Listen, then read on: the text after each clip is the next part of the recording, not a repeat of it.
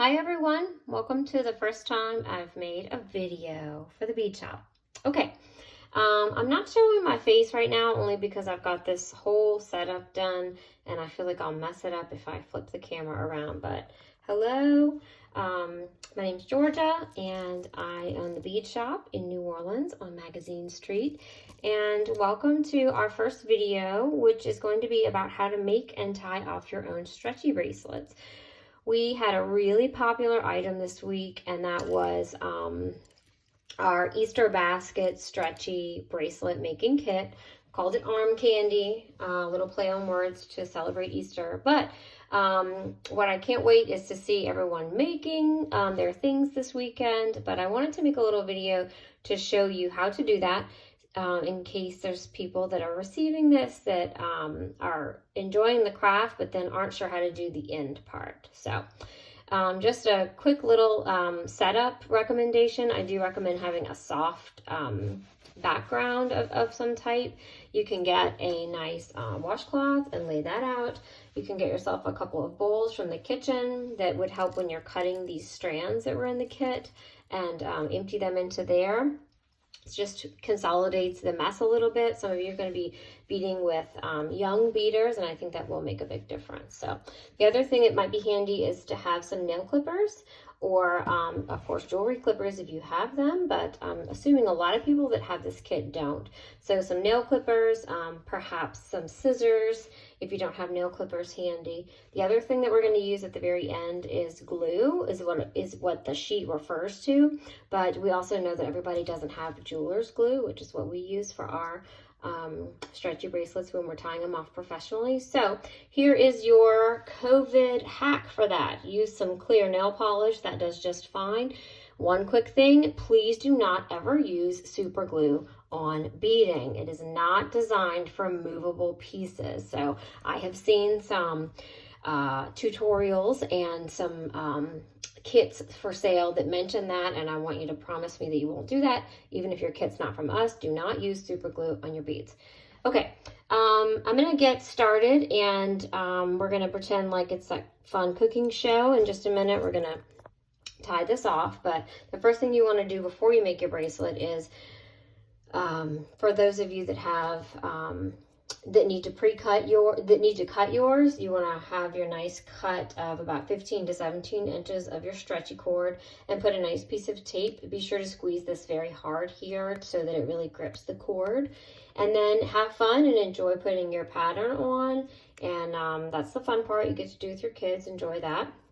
And just like the cooking show, we've got it already ready. So this is actually a little preview of a kit that's coming out next week. We're going to start selling our really fun Just Say It words line, where you get to kind of say your own name or mantra or something you need to remember in this time or all the time. A funny nickname. You can make them for someone you love, and say something that, you know, just you guys would laugh about. So anyway, we're going to offer custom kits in this next week. So I went ahead and made up one to be able to walk you through how to do your own stretchy. All right.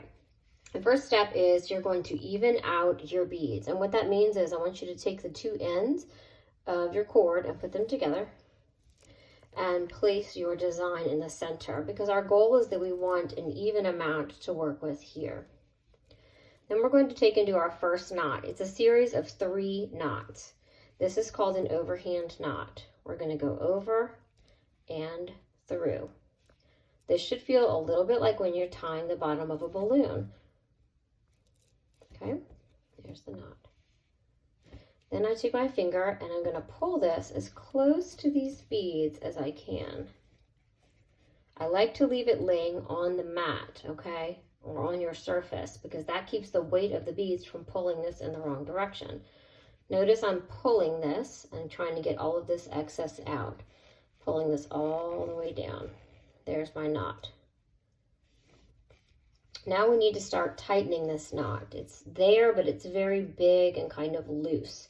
So I'm going to separate these 2 cords and start pulling. You can be more aggressive than you think right now. This is very good quality stuff that we sell, and it can take a little pulling. There we go. All right, so we're going to pull this. And what you're going to start seeing is the knot will go from being like a big old clump to, a big clump like this to a little tight clump like that. Keep watching the knot until it gets nice and small and tight. And the test that tells you whether you're ready for the next step is whether you can pull this and it doesn't move. So if I can pull this and the knot does not move at all, then I'm ready to tie the next two knots. It's ready. If this knot had started to move back up the cord, I need to tighten it more, okay? So pull, make sure the knot is not moving, and then you can go to the next step. The next step is the next knot, which is a square knot. So right over left and through, and pull nice and tight. And then I like to do one more. This time I go left over right and pull. It doesn't really matter whether you go right over left or left over right, or if you do the same thing twice, that's okay. Then I do another nice tug just to get it nice and tight. And I'm gonna take, just for demonstration's sake, I'll take my nail clippers, give it a trim.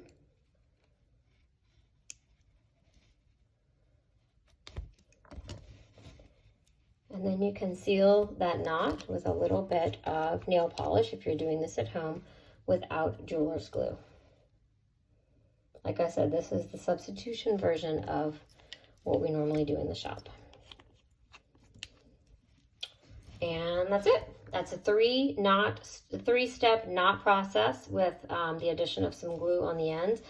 One quick thing that I forgot to mention, because I'm just still learning, is when it comes to length of these, be sure that you hold it around your wrist before you start tying your knots. You want to make sure, let's say for instance, that this was a stretchy bracelet. If I'm wrapping this around my wrist, I want to make sure I can get my finger underneath there, okay? You never want to make your stretchies so tight that they have to work really hard to get on. So you want to always have a finger's width between your stretchy and, let's try this on.